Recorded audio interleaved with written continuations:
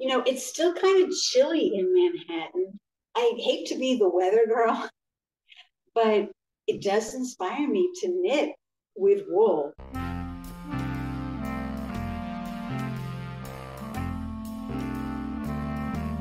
And action.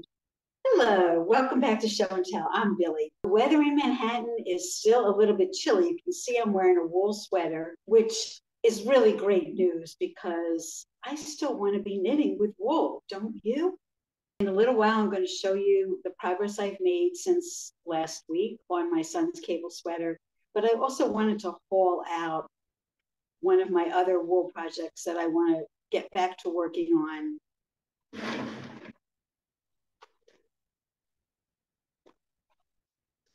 This is one of my whips. I haven't looked at it for a while. It's snuggly and woolly, and I really should get back to knitting it. You know, the temptation is so great to cast on something new. I had that beautiful gray yarn that I bought when I was in Paris in January, and it's just gnawing away at me. I so badly want to cast on. I'm sure you know that feeling of having new yarn that you really want to get down to using. But I keep like playing with my mind and saying, don't you dare start a new project. Don't you dare cast on until you finish some of your UFOs. So this one, you know, I put it down for a while, but I really feel I need to get back to it because if I continue working on it now, there's a possibility that I would have it completed in time for fall 2023 when I'm going back to Scotland. And I hope, by the way, that some of you will be joining me. I'll put some information below where you can contact me about it. This was my original that I made, very tight gauge, no stretch. I'm pulling on it. You can see it's not budging. This was done with stranded knitting. Isn't it beautiful? Unfortunately, there's no give when I go to put it on. So I started ripping out some of the other parts. I kept the ribbing because the ribbing was perfectly good.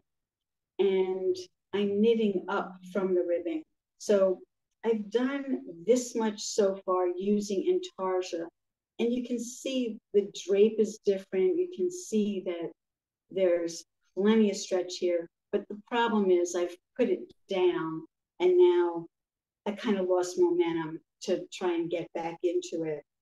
But I will. And I figure if I knit on it now while it's still chilly in the air, I can get away with knitting wool. Of course, I do have air conditioning, so I think even in the summer I will be able to knit with wool. This, by the way, is 100% Shetland wool that I purchased while I was there. You know, when I travel, I do like to buy yarns as a sort of a souvenir of the place that I visited. It seems like I'm in a blue mood. Last time I was with you, I showed you the powder blue cable sweater that I'm knitting for my son. And I put together some little snippets of some of the process that I'm going through right now. I've knit both the sleeves. I knit them two at a time so that they would be identical. And I'm going to show you a kind of before and after picture after I'm done blocking. I wet blocked one of the sleeves, spread it all out, and you can see how the cables open up. Here's how I do my blocking. See these cables? They're going to relax, and I think you'll see there'll be a whole different look to them once they're soaked and blocked out. So first of all, I use a little bit of Eucalyptus, and my blocking mats, I put a link below in the show notes where you can go ahead and purchase these blocks. They are numbered from 1 to 9. I only have some of them here. And the pieces go together like a jigsaw puzzle, but it's really important to put 1 next to 2 so that these lines, this grid, matches up vertically and horizontally. These are 1-inch squares. So when I start to pin out the sleeve, I'll be able to pin it to the line and then just count the number of boxes across and get, you know, if I need 9 inches or 16 inches, whatever, I can just use this grid to help me. And these are the T-pins. Well, I'll show you on the part when it's wet how I pin it in. So I've already put a pin right there, and I've counted over 25 squares because I want from the top of the sleeve to the bottom of the cuff to measure 25 inches. And I also wanted to measure from the underarm across 16 inches. So right now it's a little bit curled up, but there's some give in here, and I know I'm not going to have too much trouble getting it to be 16 across. So that's how it looks before it's blocked. And let me go to wringing this out and rolling it up. After I spilled out all the water, I pressed this firmly against the side of the bowl and dripped out as much of the water as I could. You don't want to agitate it too much because you don't want the wool to pill. But I'm just going to take it out of the bowl and plop it on my towel. And very gently, I've just been laying it out on the towel, and now I'm going to roll it up like a jelly roll.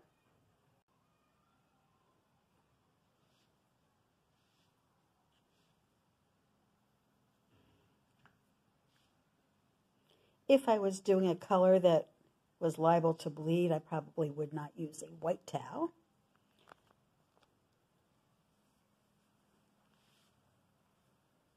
But in my home, I'm mostly either black towels or white towels. I'm going to press on this pretty hard, and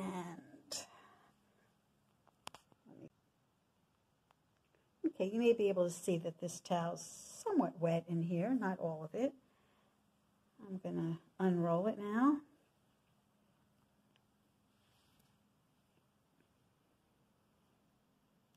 And I don't want to stretch out. This hardly has any weight to it. I must have gotten quite a bit of the water out. Let me put the towel, the wet towel aside.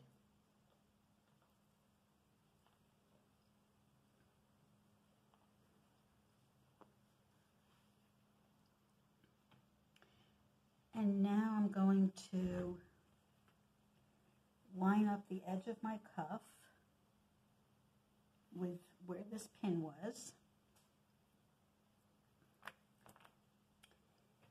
And just very gently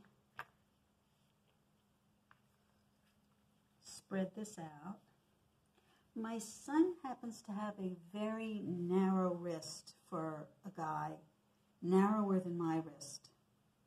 So 1, 2, 3, 4, 5, 6. I'm going to pin this to be about 6.5, knowing that I want the cuff to be on the tight side because it will stretch. And from the cuff to the underarm is going to be 17.5 inches, which I counted out before. So I'm going to put a pin here, and then I'll go straight across this line. Oh, I already have that pin here. To pin this side. And let's just double check. 1, 2, 3, 4, 5, 6, 7, 8, 9, 10, 11, 12, 13, 14, 15. Ooh, good thing I measured twice and cut once. Let's count that again. 1, 2, 3, 4, 5, 6, 7, 8, 9, 10, 12, 14, 16. Okay. Now, it's the cables in here that I want to have open up. So I'm going to put pins all over the place.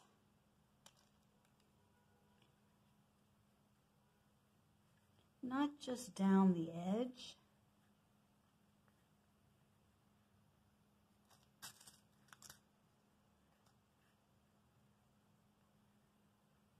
It's so funny, it hardly even feels wet to me, but I had it soaking for a good half hour. It's these little knot parts that I want to open.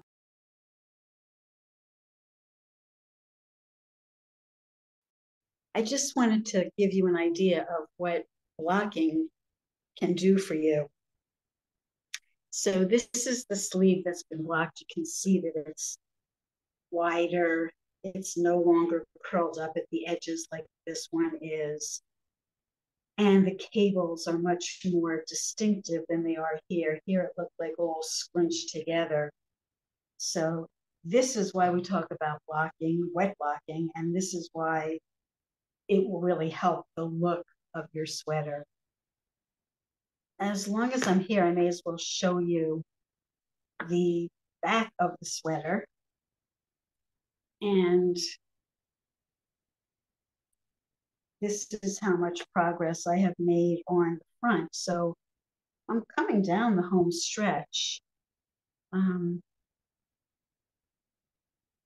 I started decreasing here for the raglans, but pretty soon I'll be starting to cut out the neckline as I continue up the raglan. I wanted to show you the back of the cable sweater. This has not been blocked yet, but just like the sleeves, once this is blocked, I think the cables are going to look a wee bit nicer. This is a pattern that I've been designing myself. I'll insert a picture here of a white sweater that I saw in the Fifth Avenue shop window that inspired me.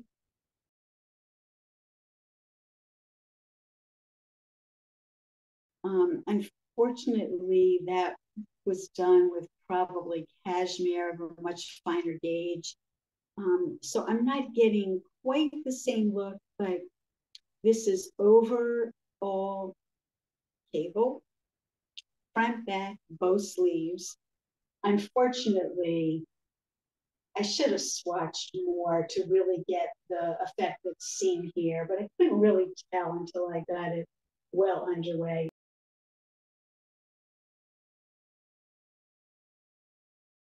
So yeah, I'm almost done. This is a sweater that I took it upon myself to design. I just used a basic raglan idea and laid over it my cable motif.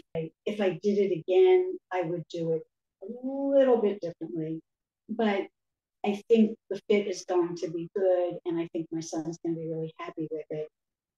He's out on the West Coast in San Francisco, but they're still having kind of cool weather.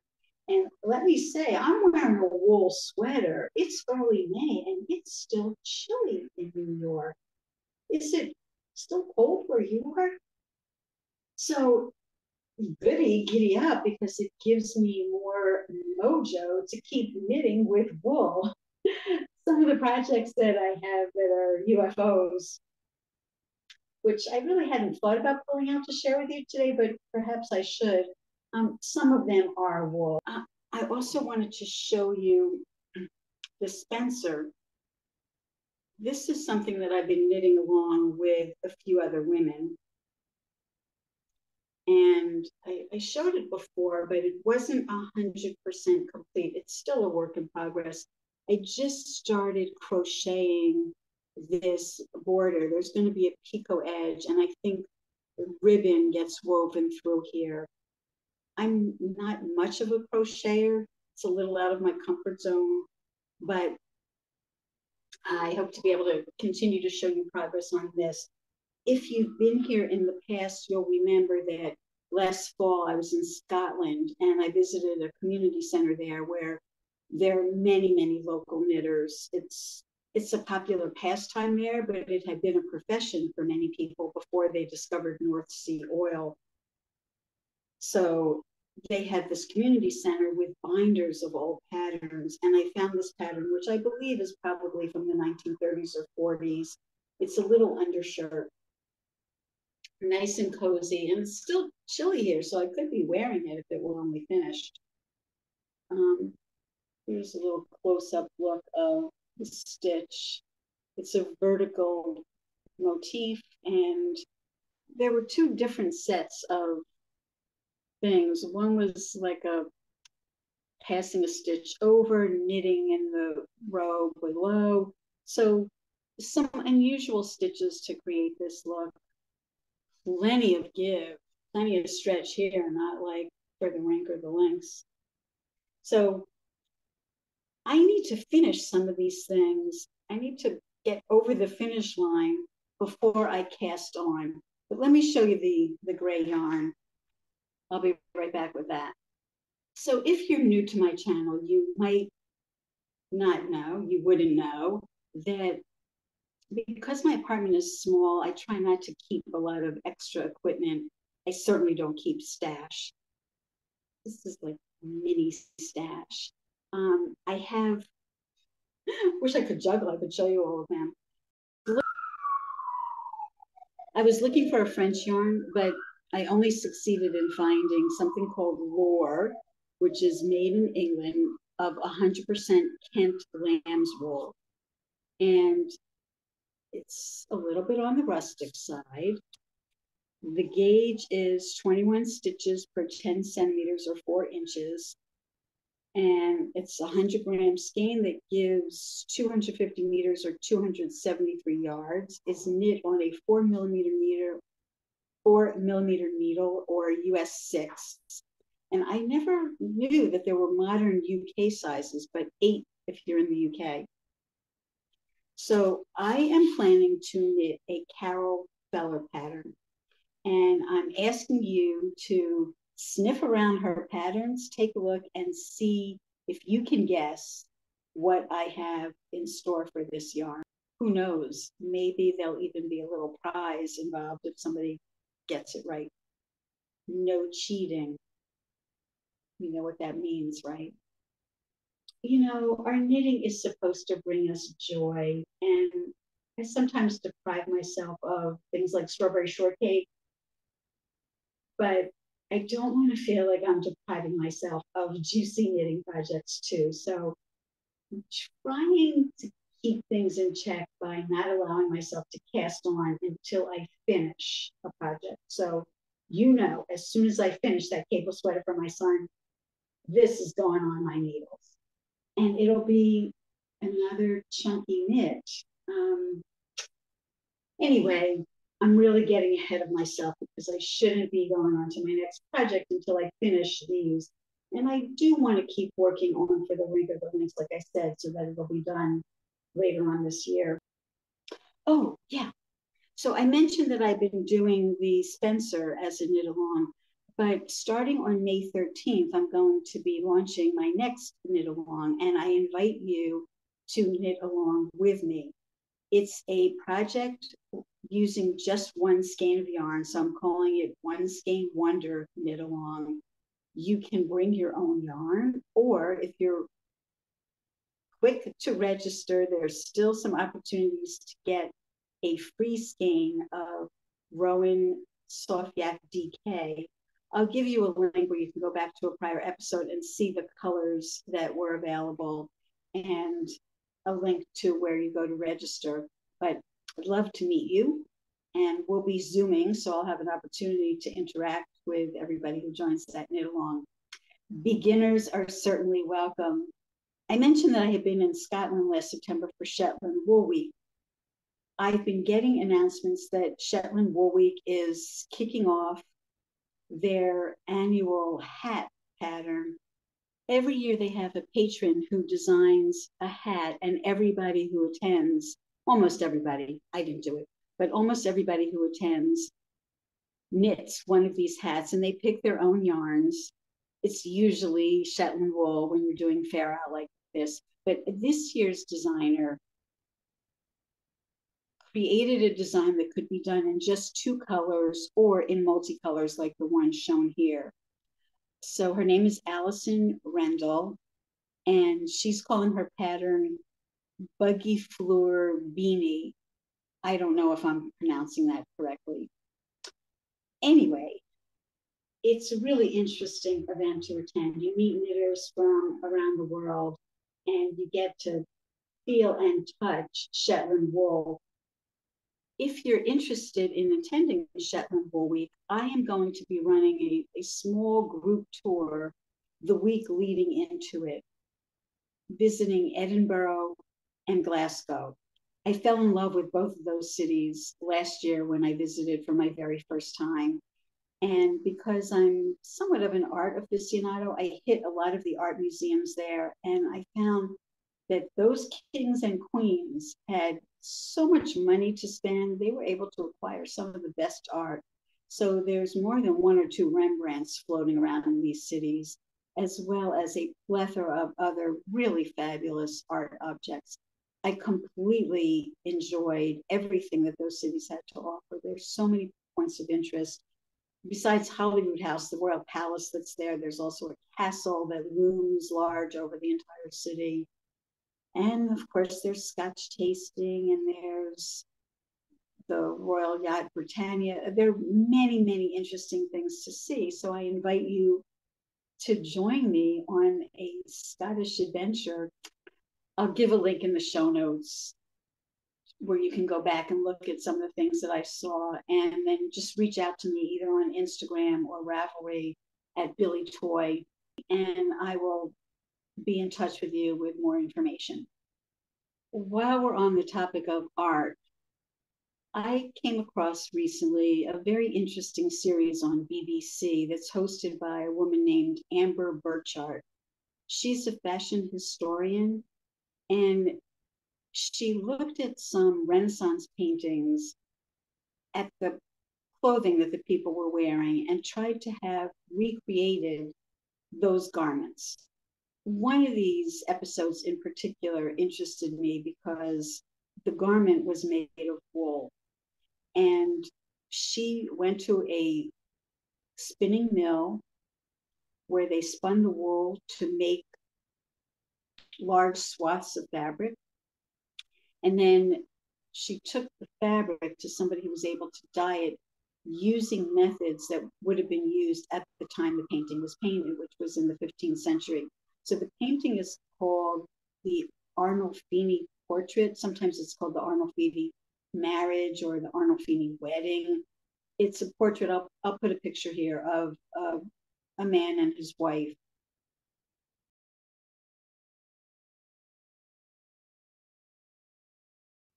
And it's completely riveting from beginning to end how present day people try and reimagine how that dress was originally made. And it was a total surprise to me what they came up with and how they did it.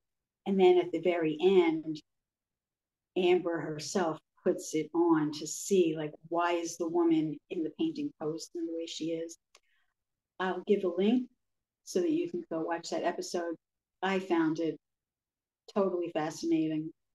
I think you will too. Another thing that I came across this week, I have to give a shout out to a woman who's a fairly new podcaster on YouTube.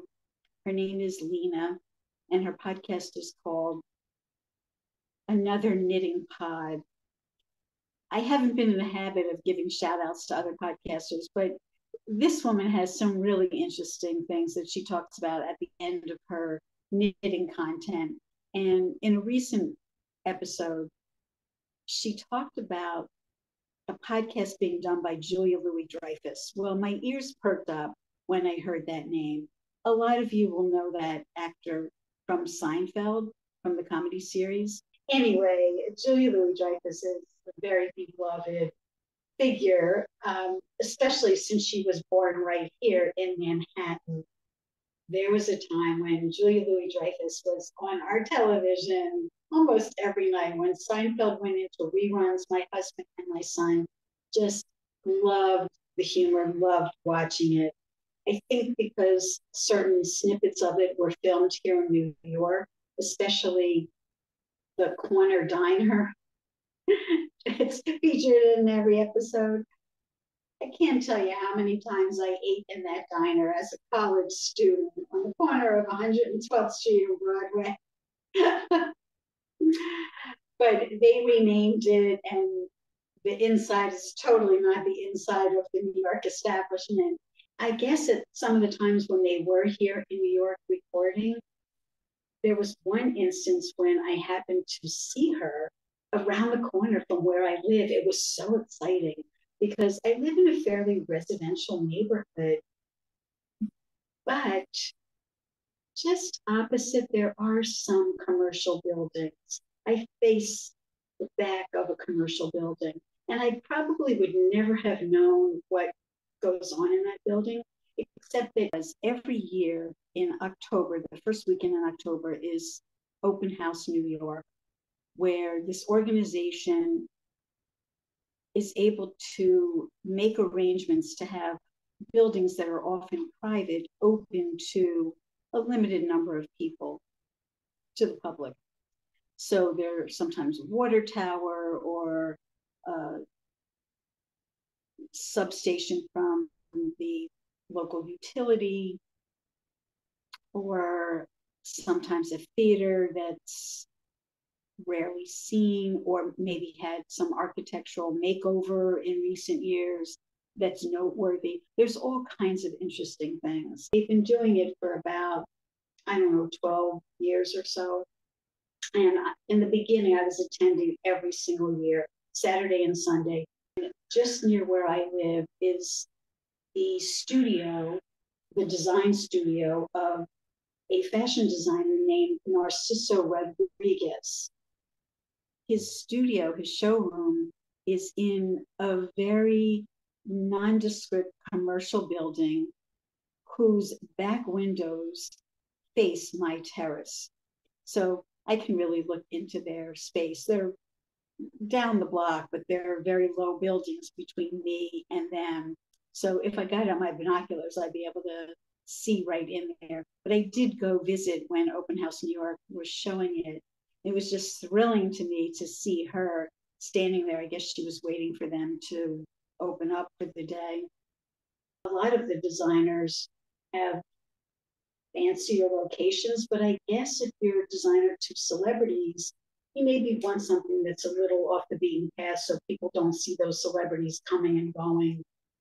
Because, you know, New York, there's paparazzi. They know where these people go, and they hang out outside waiting to see them get out of their limousine. Anyway, no, she was just standing in the middle of the block talking on her cell phone. She was with another person, as I recall. And it was right outside this commercial building where Narciso Rodriguez's studio is. So, no, I imagine that Julia Louis-Dreyfus has had clothing or perhaps gowns designed by him. I imagine she was going there for a fitting or something. So, yeah, it's one of the really cool things about living in New York. You do see celebrities from time to time. And my neighborhood has its fair share of them. There were several mornings when I would be taking my son to school when he was young that I would almost have a head-on collision with Susan Sarandon, who would be coming down the block with her kids who went to private school across the street from where I live.